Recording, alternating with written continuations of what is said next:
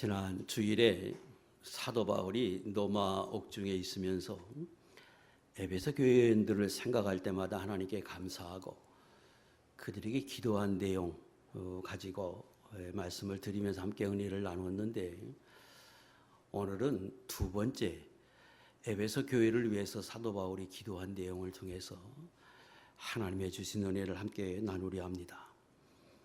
14절과 15절에 보면, 이러므로 내가 하늘과 땅에 있는 각 족속에게 이름을 주신 하나님 앞에 무릎을 꿇고 기도한다 그랬습니다. 이러므로, 그래서 그 앞의 내용과 연결시켰습니다. 그 앞의 내용인 1절과 13절인데 간략하게 제가 정리하면 두 가지입니다. 하나는 하나님이 자신과 같이 연약하고 부족한 사람을 이방인을 위해서 사도로 선택해 주셨다. 그리고 하늘의 비밀인 그리스도를 깨달아서 그 그리스도에 관해서 너희에게 전파하게 하셨다. 이러므로 그 하나님 앞에 내가 무릎을 꿇고 너희를 위해서 간절히 기도하는 것이다. 이렇게 정리할 수 있습니다. 거기서 말씀할 때 하늘과 땅에 있는 족속 이렇게 말씀한 것은 예수 그리스도 자신에게 주신 그 비밀을 성도들에게 말해 주니까 그 중에 그 예수 그리스도를 믿어서 하나님의 자녀가 되고 천국에 간 사람들, 하늘에 있는 성도지요. 지금 이 땅에서 예수 믿는 사람들, 이 땅에 있는 성도들, 그런데 성도라고 말하지 않고 족속이라고 한 것은 구약에는 유대인들만 하나님의 백성으로 인정을 받고 그들만이 하나님의 은혜를 누리는 걸로 알았는데, 예수 그리스도를 보내주시고 그 예수 그리스도를 믿으면 신약에는 누구나 다 하나님의 자녀가 됐습니다. 그래서 족속이라는 단어로 많은 민족 인정을 초월해서 예수 믿는 누구라도 다 하늘에 또 이 땅에서 하나님의 자녀로 살아갈 수 있음을 사도 바울이 강조하는 단어입니다. 하나님이 저에게, 나에게 예수 그리스도를 깨닫게 하고 그걸 전파하게 해서 많은 사람이 예수 믿고 천국에 가게 하고 지금 하나님의 자녀로 살아가게 한 거로, 내가 이 땅에 있는 이 성도들을 위해서 내가 하나님 앞에 무릎을 꿇고 내가 지금 기도합니다. 하나님이 또 그들에게 이름을 주셨으므로 내가 기도합니다. 여기 이름을 주신 것에 대한 이 말씀은 조금 설명이 필요합니다. 자, 3장 앞절에 있는 3절과 4절 좀 띄워놔 주세요. 제가 설명드린 대로 하나님이 사도 바울에게 마치 뚜껑을 열어서 하늘의 비밀을 알려주신 것 같이 예수 그리스도가 어떤 분인 것을 계시해 주었습니다. 알려주셨어요. 그래서 그 예수 그리스도는 하나님의 아들이시고 누구든지 그분을 영접하고 믿으면 죄사함을 받고 하나님의 자녀가 된다고 하는 비밀을 사도 바울에게 깨닫게 하고 그것을 성도들에게 증거했습니다. 그래서 많은 사람이 지금 그 예수님을 믿어서 예수 그리스도의 자녀, 예수 그리스도의 소유가 되었어요. 이 말을 이 안디옥 교회에서는 이렇게 표현했습니다. 사도행전 11장 26절 이건 읽겠습니다. 시작. 만남에 안디옥에 데리고 와서 둘이 교회에 1년간 모여 있어 큰 무리를 가르쳤고, 제자들이 안디옥에서 비로소 그리스도인이라 일컬음을 받게 되었더라. 바나바라고 하는 사람이 안디옥 교회에 있으면서 가만히 보니까 교육자가 필요하고, 그 교육자를 생각하다 보니까 사도 바울이 생각이 나서 그를 데려다가 안디옥 교회의 지도자로 세웁니다. 사도 바울이 1년 동안 그들을 잘 가르쳤더니 그들이 예수님을 믿어서 비로소 세상 사람들이 그들을 부를 때 그리스도인, 오늘 우리로 말하면 크리스찬이라고 하는 이름을 비로소 얻게 됩니다. 그 이름의 뜻은 그리스도에 소유된 사람, 그리스도를 믿는 사람, 그리스도를 따르는 사람이라는 뜻이에요. 사도 바울이 지금 생각해 보니까 자기가 어디 가든지 하나님이 주신 그리스도를 증거하면 그 그리스도를 믿고 하나님의 자녀가 돼서 사람들이 그들을 부를 때 그리스도인, 예수님의 소유된 사람, 예수님의 제자들이라고 하는 그 말을 듣는 그것을 생각할 때 너무 감사해요. 그래서 담대히 기도합니다. 하나님, 제가 비밀을 주었는데, 복음을 주셨는데 그걸 증거할 때 예수 믿어서 천국에 가게 하고, 지금도 그 복음을 받아들여서 그들이 믿음으로 살면서 그리스도인, 크리스찬이라고 하는 말을 듣고 살아가게 하심으로, 이거 하나님의 은혜입니다. 그러므로 내가 이들을 위해서 하나님이 이렇게 역사해 주심을 믿기에 내가 무릎을 꿇고 내가 이것도 기도합니다. 그런 뜻이. 오늘 예수 믿는 저와 여러분들도 크고 작고 간에 예수 믿고 난 뒤에 내가 복음을 위해서 하나님의 말씀대로 살려 하면 사람들이 부릅니다. 예수쟁이. 크리스찬이라고 하는, 그리스도인이라고 하는 말을 좀 속된 말로 하면 예수쟁이. 저 사람은 교회밖에 몰라. 직장과 사회, 가정, 교회 외에는 저 사람은 내가 보기에 아무것도 모르는 사람 같아. 예수쟁이입니다. 크리스찬입니다. 사도 바울이 자기가 가르치는 성도들이 그런 이름을 들을 때 너무 감사하고, 하나님이 은혜를 주어서 비로소 우리같이 보잘것없는 사람이 하나님의 자녀됐다, 하나님의 소유됐다, 예수님의 제자가 됐다고 하는 말을 주신 그 하나님, 그러므로 내가 이것도 구합니다. 그런 거죠. 저는 오늘 예수 믿는 저와 여러분이 다 오늘 사도 바울이 기도한 것처럼, 아니 그가 안디옥 교회에 복음을 증거할 때 안디옥 교회인들이 들었던 것처럼, 데살로니가 전서에 있던 그 교회가 들었던 것처럼, 오늘 에베소 교회가 들었던 것처럼 하나님 앞에서 그리스도인, 예수 믿는 사람들, 하나님의 소유된 사람들, 그런 말을 듣는 하나님의 종들이 될 수 있기를 주의 이름으로 축복합니다. 고린도전서 12장 27절에 하나님이 말씀하십니다. 너희는, 교회는, 예수 믿는 성도는 너희는 그리스도의 몸이다. 내가 너희 안에 있고 내가 너희의 머리가 되어서 내가 함께함으로 너는 그리스도의 몸이다. 교회는 예수님이 머리가 되시고 너희가 몸이 되어서 어떤 사람은 다리의 역할을 하고, 어떤 사람은 손의 역할을 하고, 어떤 사람은 눈의 역할을 하고, 어떤 사람은 입의 역할을 하는 사람들이다. 이렇게 말씀하십니다. 우리 교회가 비록 작지만 아주 사랑이 있고 꼭 필요한 곳에 하나님 필요한 사람 보내서 우리가 그렇게 하나님을 섬겨가고 있습니다.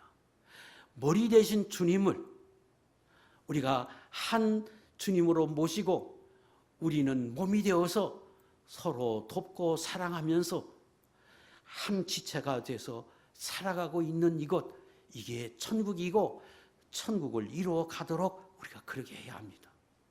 베드로전서 2장 9절에는 예수 믿는 사람들을 설명할 때 너희가 구약에 있는 이스라엘 백성처럼 택한 족속들이다. 왕 같은 제사장이 되어서 특별히 너희만 하나님을 섬길 수 있는 특권을 지닌 사람들이다. 세상과 하나님과 연결하는, 생명을 살리도록 역할을 하는 제사장과 같은 사람들이다. 너희는 하나님의 나라와 같아서 하나님의 다스림을 받고 너희는 하나님의 소유된 사람이다 하고 설명하십니다.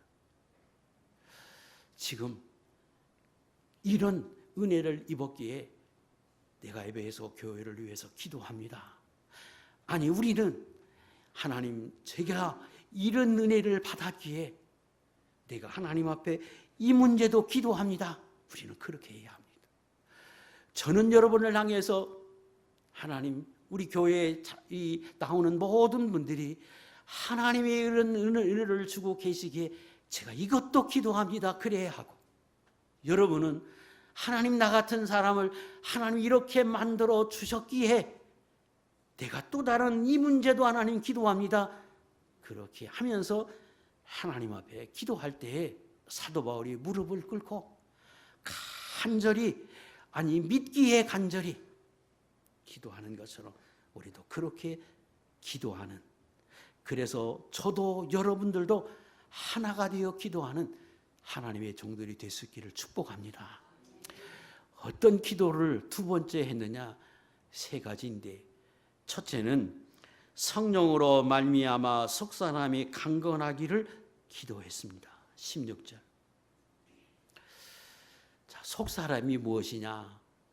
그저 간단하게 설명할 수 있는데 그걸 조금 이해를 돕기 위해서 조금 근원적인 데까지 설명하겠습니다.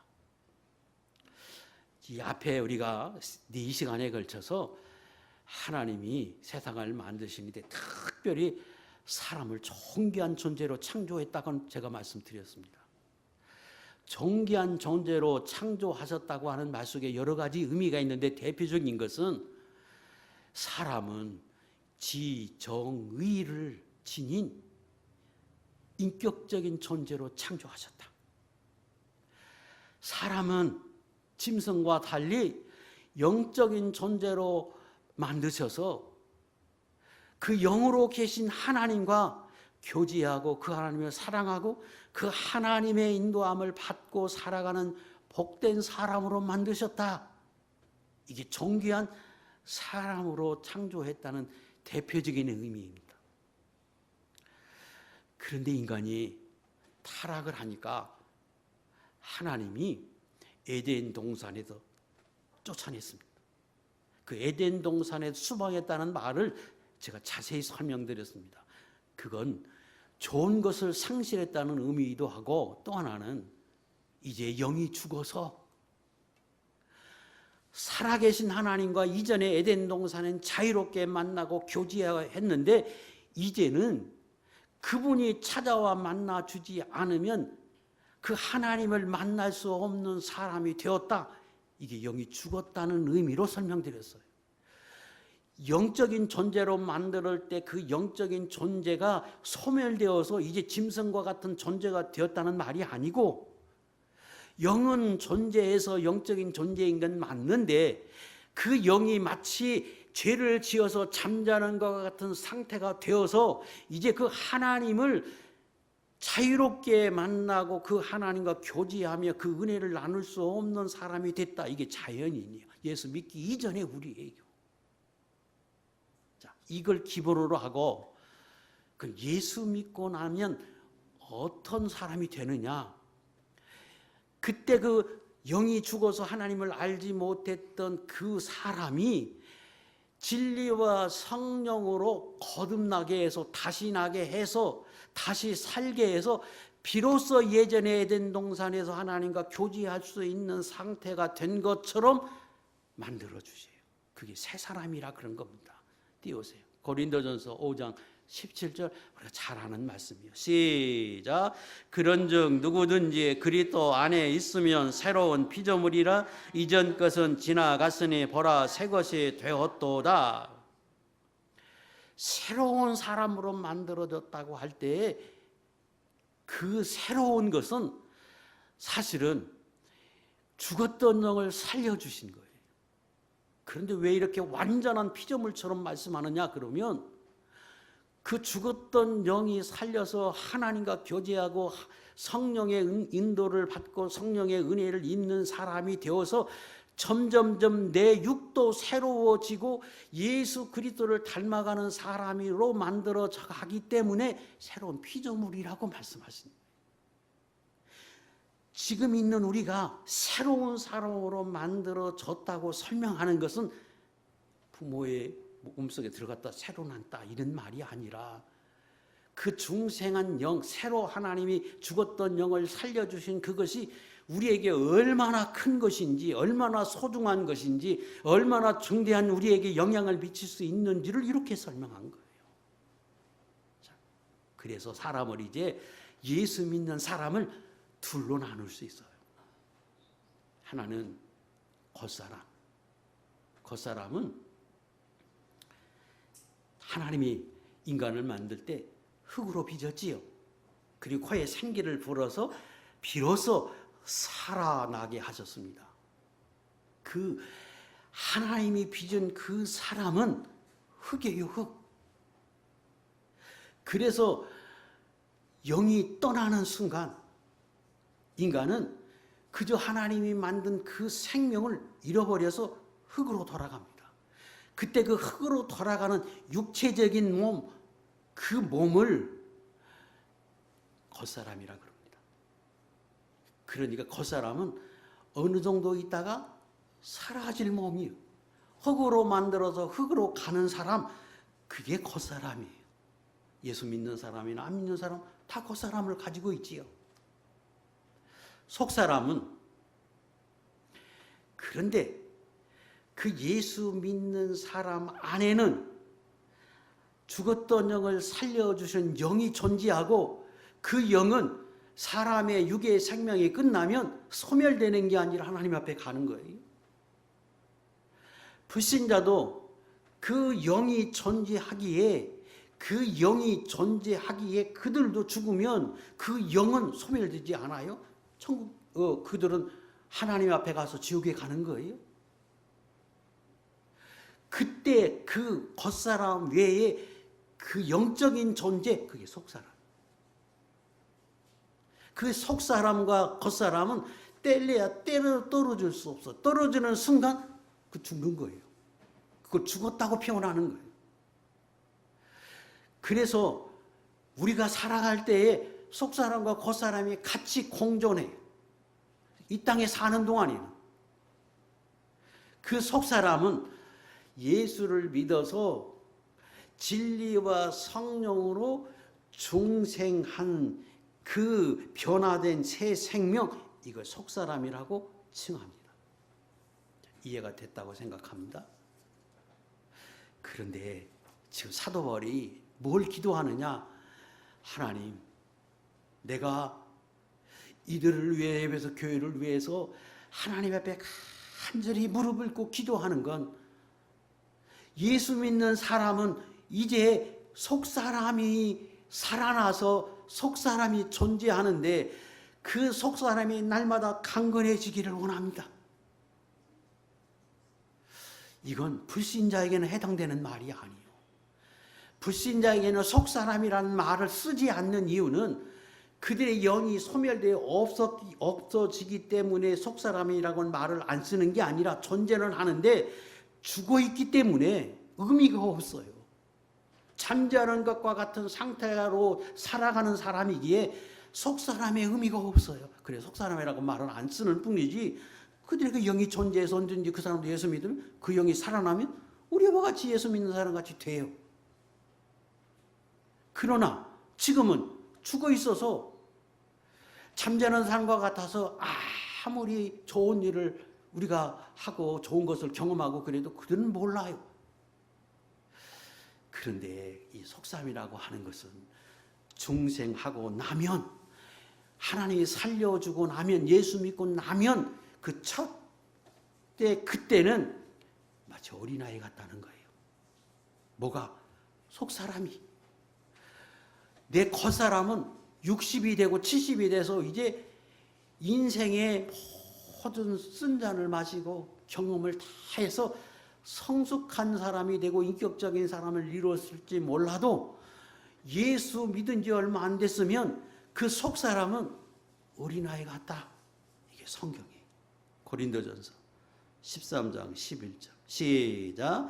내가 어렸을 때에는 말하는 것이 어린아이와 같고 깨닫는 것이 어린아이와 같고 생각하는 것이 어린아이와 같다가 장성한 사람이 되어서는 어린아이의 일을 버렸노라. 나이를 말하는 게 아니에요. 지금 에베소 교인들이, 아니 지금 고린도 교인들이 이제 예수 믿은 지 얼마 안 됐어요. 그래서 말하는 것도 깨닫는 것도 그들이 하는 모든 일을 살펴보니까 마치 어린아이 같다. 그래서 성경도 아는 것 같은데 조금 진행하다 보면 하고 자기가 모르는 마치 어린아이와 같은 그 한계성을 지니. 그 나이하고 상관없어요. 지식하고는 상관없어요. 속 사람이 잘하지 않으면 처음에는 다 그와 같아요.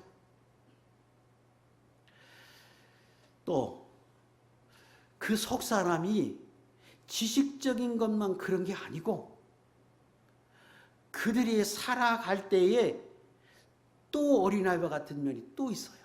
고린도전서 13장 1절 2절 시작.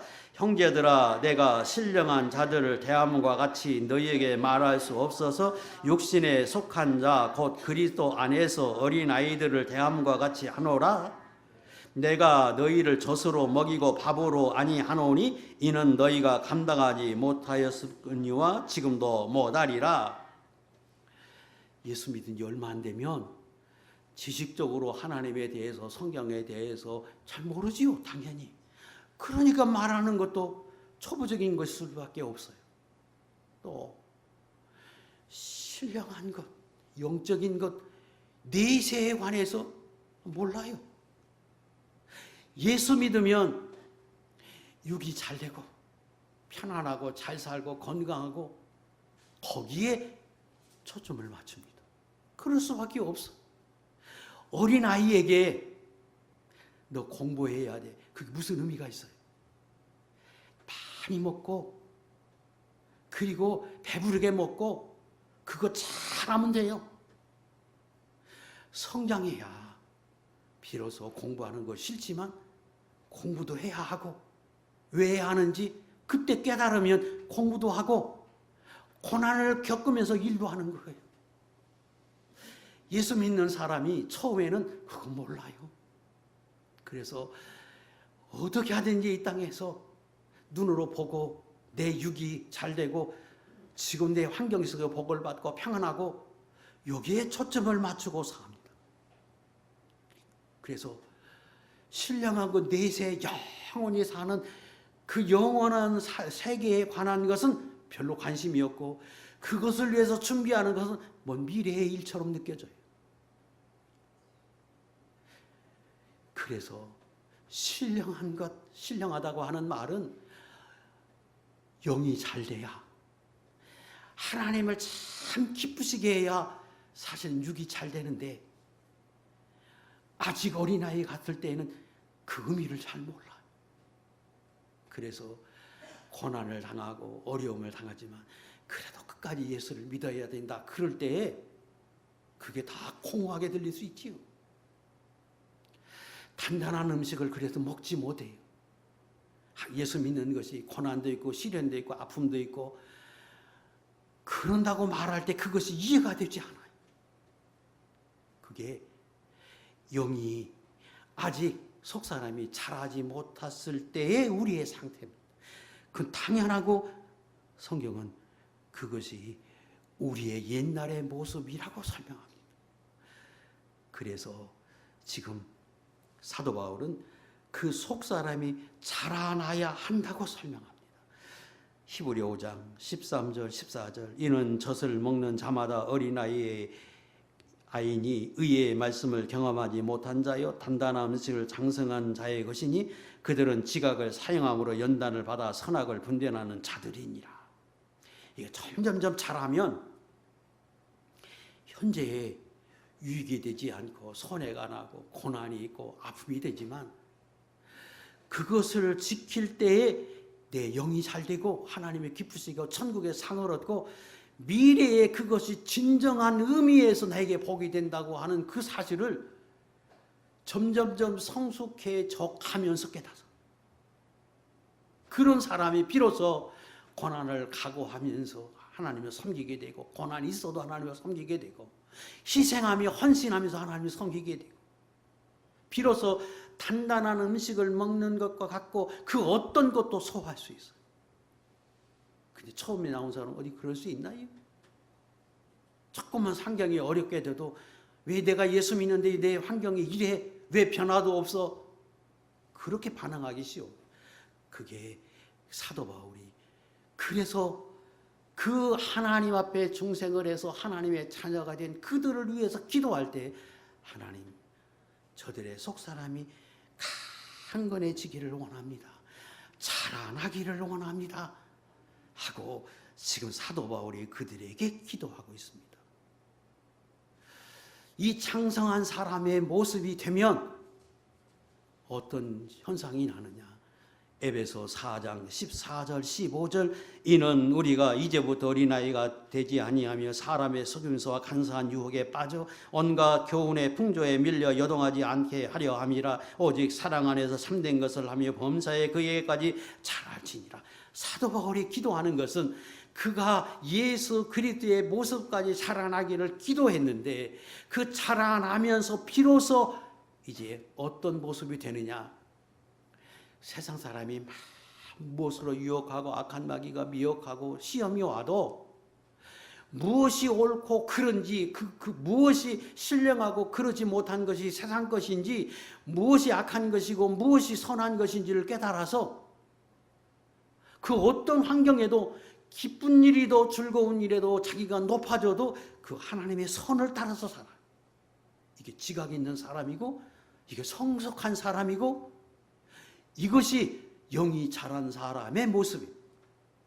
그러나 영이 자라지 못하면 내게 유익이 되면 행하고 유익이 되지 않으면 버리고 미래엔 그만두고 이 땅에서의 삶에 초점을 맞추고 살아가고 현재의 삶에 초점을 맞추고 살아가는 사람이 됩니까? 번번이 악한 마귀에게 미혹이 돼서 죄를 범하고 세상 사람이 이런저런 말로 하면 그것 때문에 넘어지고 시험 들고 이렇게 된다는 거예요. 그래서 사도 바울이 하나님이 하나님의 종들을 택해서 이들에게 복음이 믿어지게 함으로 하나님의 자녀 되게 하셨고 이들이 하나님의 소유되게 하셨으므로 하나님 더 영으로 강건해져서 속사람이 강건해지는 그런 사람이 되게 해달라고 기도했습니다. 그러면 우리의 속사람은 어떻게 강건해지는가? 어떻게 자라나서 예수님의 모습까지 예수님의 장성한 모습까지 자라나는가? 두 가지입니다. 하나는 힘써야 합니다. 본인이 힘써야 합니다. 띄우세요. 베드로전서 2장 2절에 갓난아이는 젖을 사모합니다. 젖을 안 먹으면 울어요. 성경은 신령한 젖을 뭘 말씀하느냐? 하나님의 말씀입니다. 그런데 그 하나님의 말씀이 어려워서 잘 이해가 안 돼요. 그래서 교회에 가면 주일에 가서 하나님의 말씀을 들려줄 때 그걸 풀어서 내게 맞게 목회자가 그걸 먹어서 소화해서 지금 내 상태에 맞게 젖으로 만들어서 먹여주는 것, 이게 신령한 젖입니다. 그러므로 예수 믿는 사람은 날마다 그 신령한 젖을 사모하는 거예요. 그 젖은 하나님의 말씀이 내게 깨달아지게 하는 말씀. 어떤 사람은 그저 하나님의 말씀만 읽어도 깨달아져요.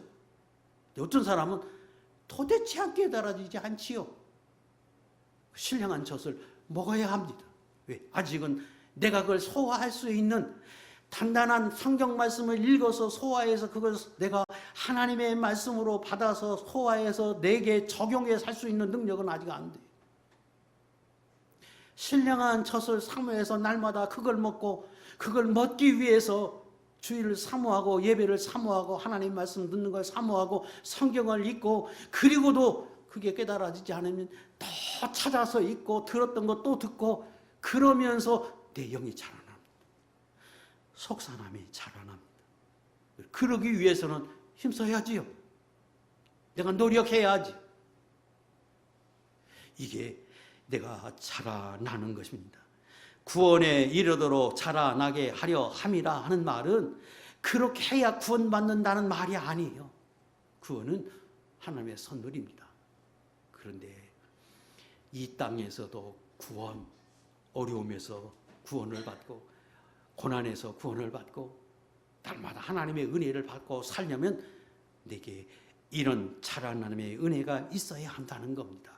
참된 것을 함으로, 아까 에베소 4장 14절에는 참된 것을 하여 범사에 그에게까지 자랄지라 그랬습니다. 참된 것 힘써야 합니다. 기도하고 말씀을 묵상하고 들으려고 하고 책임질하고, 그렇게 하는 가운데 내 영이 날마다 자라가게 합니다. 두 번째 사역은 성령의 사역입니다. 내가 힘써야 하는데 내가 힘쓴 것만 가지고 되는 게 아니고, 이건 전적으로 성령의 역사이기에 거기에 기도가 필요합니다. 그래서 목회자의 기도가 필요하고 여러분의 기도가 필요합니다. 하나님, 내게 먹여주십시오. 내가 더 잘하게 해주십시오. 내가 예수님의 모습까지 자라게 하고, 내가 예수님을 닮아가게 하고, 내가 속사 하나님이 자라나서 내가 하나님의 말씀을 읽고 들으면 그게 다 깨달아지고, 내가 세상에서 살아갈 때 그것이 내 지표가 되고, 그것이 내 삶의 목표가 되고, 그것으로 내가 승리하는 사람이 되게 해달라고 날마다 기도하면서 나아갈 때 하나님이 우리의 속사람이 자라나도록 역사해 주실 것입니다. 저는 저희 두 분 사도 바울의 기도처럼 제 기도 제목입니다. 아니, 여러분의 기도 제목이 되어야 합니다. 하나님, 내 속사람이 더 자라게 해주십시오. 그 기도가 여러분의 기도고 저의 기도고, 그래서 날마다 우리의 속사람이 자라서 예수 그리스도의 장성한 분량에 이르기까지 자라나는 하나님의 종들이 될 수 있기를 축복합니다. 두 번째 기도는 믿음으로 말미암아 그리스도께서 너희 안에 계시기를 기도했습니다. 17절입니다. 자, 이 말씀을 가만히 들으면 오해하기 딱 좋은 말씀이에요. 믿음으로 말미암아 그리스도께서 너희 안에 계시기를 원한다. 그걸 위해서 기도한다. 그러면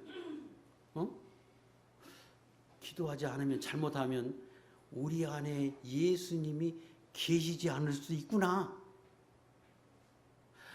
지금 에베소 교인들이 잘못하면 그 안에 예수님이 계신데 그 예수님이 떠나갈 수 있기 때문에 사도 바울이 그것 때문에 기도하는구나, 이렇게 생각하기 쉽지요. 그런 의미가 아닙니다. 우리가 아는 것처럼 내가 예수를 믿었어요. 그러면 말씀과 성령으로 중생에서 하나님의 자녀가 되면 성령을 내 안에 주시고, 그 성령은 접붙임 것과 같이 나와 영혼이 하나가 돼서 떠나가지 않습니다. 단 조건이 있어요. 내가 예수님을 부인하지 않는 한, 신앙을 버리지 않는 한 떠나가지 않습니다. 그런데 떠나가진 않는데 침묵할 수는 있습니다. 그걸 우리가 죽었다고 표현할 수도 있어요.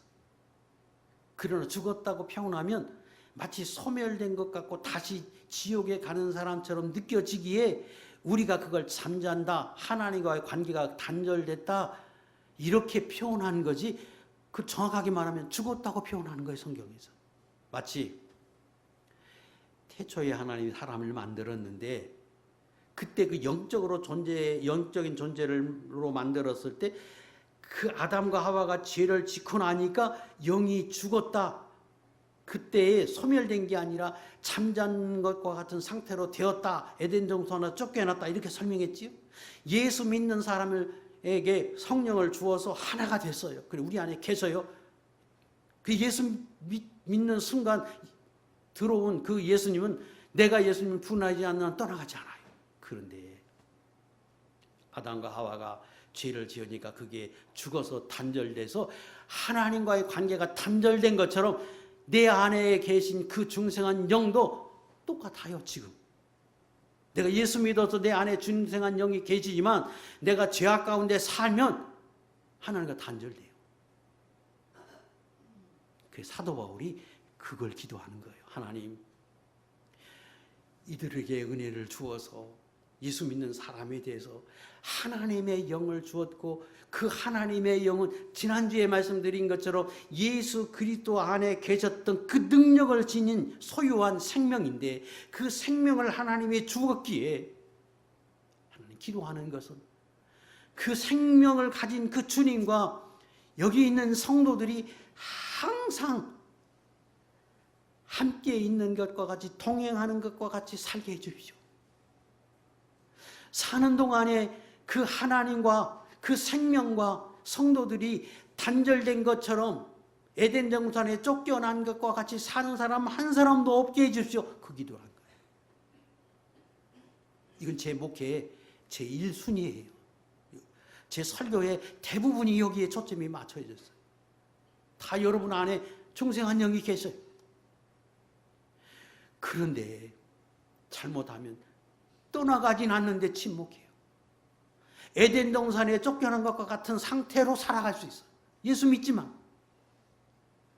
사도 바울이 그걸 기도하는 거예요. 하나님, 그 생명이 저들에게 있는데 그 주님과 날마다 친밀한 교제를 이루어서 신랑과 신부가 하나가 돼서 행복하게 신혼의 단꿈을 꾸는 것처럼 하나님 저들이 그렇게 주님과 더불어 살아가게 해주십시오.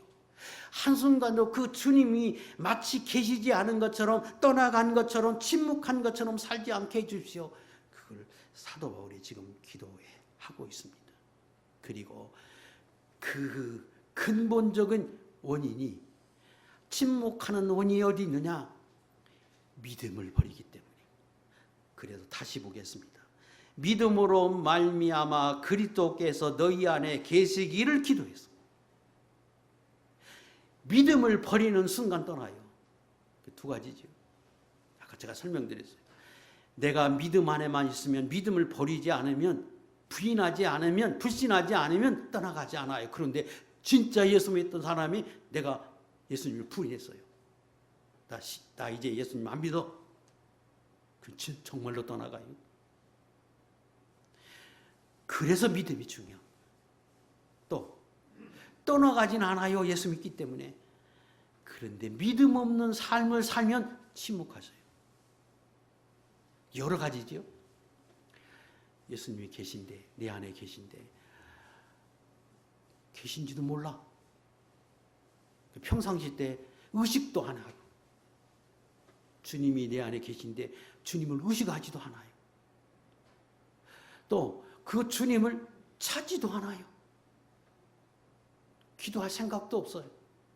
그래서 마치 조금 어려움이 있으면 내가 어떡하지? 교회 가야 되나? 내가 어떻게 해야 되지? 아니 그 주님이 내 안에 계신데. 그렇게 살면 그 주님이 침묵하세요.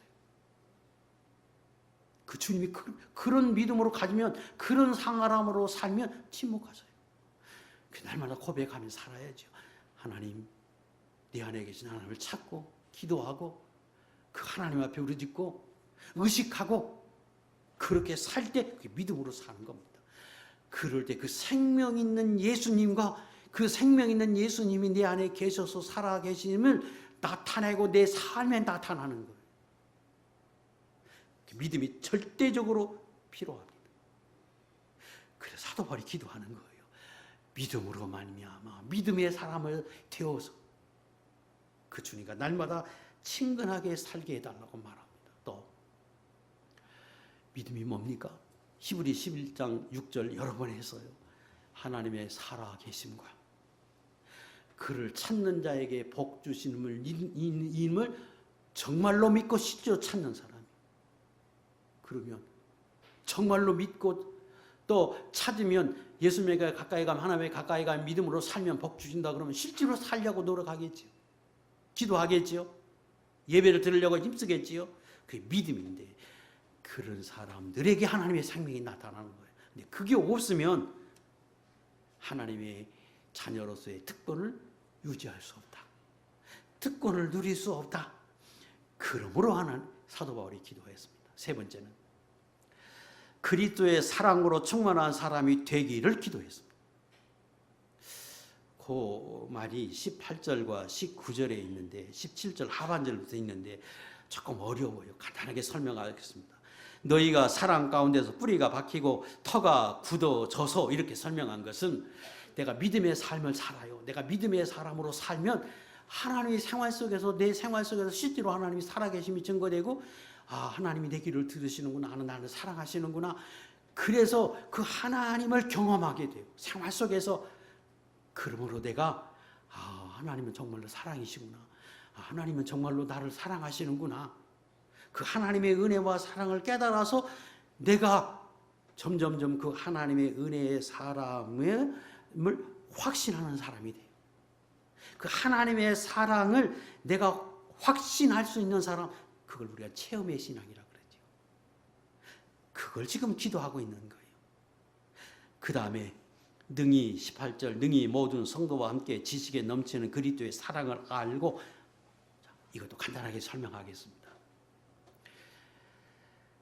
능히 지식에 넘치는 그리스도의 사랑, 지식에 넘치는 하나님의 사랑, 이게 무슨 뜻인가 그러면 하나님이 저와 여러분을 사랑하는 그 사랑은 우리의 지식, 이성을 초월하는 사랑입니다. 하나님이 우리를 사랑하셔서 예수 그리스도를 이 땅에 보내주셨는데 그분이 당신의 아들입니다. 하나님이 그 하나님을 이 땅에 보내시는 목적이 피 흘려 주시고 죽게 하기 위해서. 왜? 나를 사랑해서. 나의 죄를 사하기 위해서 하나님의 아들을 이 땅에 보내서 고난을 받고 피 흘려 죽이게 하기 위해서 하나님이 보내주셨어요. 인간의 지식으로 이성으로는 이해할 수 없는 사랑. 깊이 생각해 보면 인간의 지식으로는 측량할 수 없는 사랑입니다. 이성으로 이해할 수 없는 사랑이에요. 하나님의 사랑. 그리고 예수님의 사랑도 같아요. 하나님이 당신에게 너 세상에 내려가서 고난을 받아라. 왜요? 저들을 살려야 하기 때문에. 근데 저들이 누구냐? 죄악 중에 살아서 죄악 중에 지금 죽어져 가는 악하디 약한 사람들을 위해서 너 세상에 내려가서 저들을 위해서 고난을 받고 죽어라.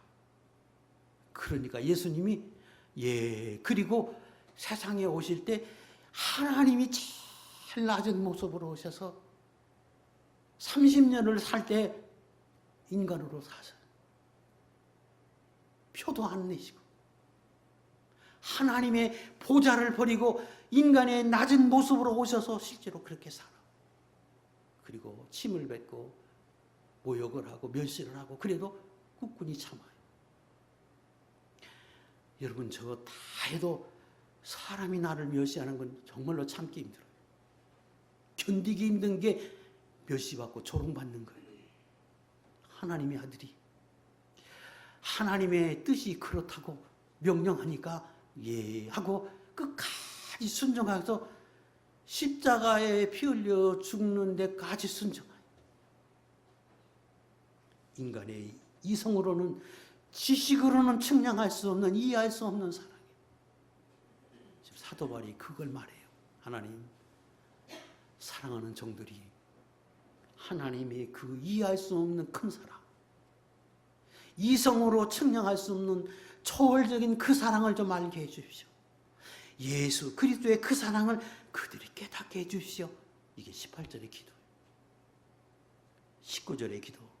그 넓이와 깊이와 높이와 깊이가 어떠함을 깨달아 그 사랑으로 그들이 충만하게 해주십시오.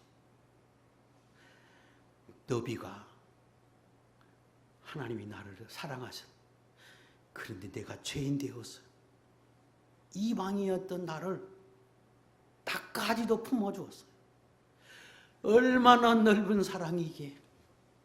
나 같은 사람까지 품어주는 사랑. 하나님의 사랑의 넓이.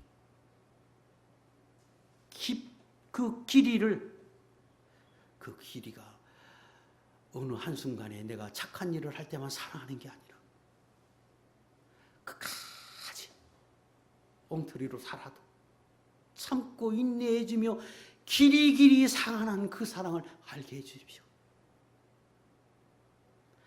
하나님의 그 사랑의 깊이를 깨닫게 해주십시오. 얼마나 사랑하시면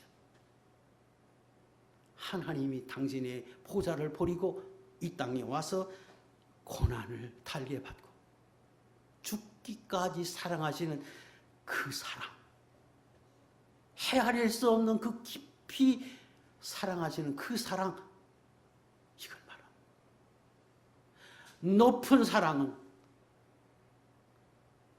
세상에 악하고 악한 것 같고 그 사랑을 깨닫고도 수없이 하나님의 말씀대로 살아가지 못하는 이 보잘것없는 나를 하나님은 장차 당신의 보좌에 앉히 천국에 들어가게 하고 보좌에 앉혀주시는 그 사랑, 그 너비와 길이와 깊이와 높이를 깨닫게 해주십시오. 그래서 그 깨달음으로 인하여 하나님을 더 사랑하고 그 사랑이 차고 넘쳐서 다른 사람까지 사랑하고 세상을 사랑하는 그 사랑을 좀 품게 해주십시오. 이렇게 기도했습니다. 로마서 5장 8절, 우리가 잘 아는 하나님의 사랑을 이렇게 한 절로 표현했습니다. 시작. 우리가 아직 죄인 되었을 때 그리스도께서 우리를 위하여 죽으심으로 하나님께서 우리에 대한 자기의 사랑을 확증하셨느니라. 고린도전서 13장 1절, 2절, 3절에 하나님 말씀하십니다. 내가 사람의 방언과 천사의 말을 할지라도 사랑이 없으면 소리나는 구리와 울리는 꽹과리와 같고 아무것도 아니에요. 소음에 불과해요. 내가 예언하는 능이 있어서 하나님의 비밀을 알고 능력을 소유한 사람이 되었다고 해도 내가 사랑이 없으면, 아니 내 믿음이 산을 넘길 만한 그런 믿음의 사람이라고 해도 아무것도 아니다. 3절엔 내가 가진 것 그걸 희생해서 다 내어줄지라 사랑이 없으면 그거 아무 유익이 없다고 말합니다. 여기 유익이 없다고 하는 말은 왜 유익이 없겠어요? 자기 거 다 내어주고 헌신하고 베풀어 주는데, 그런데 이 말은 사랑이 빠져 있으면 구원하지 못한다는 거예요. 사랑이 빠져 있으면 사람을 변화시키지 못한다는 거예요. 거기에 사랑이 없으면 예수 그리스도를 증거하지 못한다는 거예요. 하나님 앞에 욕되게 하고 영광을 가려운다는 거예요. 그만큼 사랑이 중요하기에 하나님의 사랑을 깨달아서, 예수 그리스도의 사랑을 깨달아서 그 사랑을 실천하는 사람이 되므로 능력 있는 사람, 생명 있는 하나님의 사람이 되게 해 주십시오 하고 사도 바울이 기도했습니다. 이 기도 저의 기도이고 여러분의 기도가 돼서 하나님이 기뻐하는 에베소 교인과 같고 하나님이 기뻐하는 사도 바울 같은 하나님의 종들이 될 수 있기를 주의 이름으로 축복합니다. 기도하겠습니다.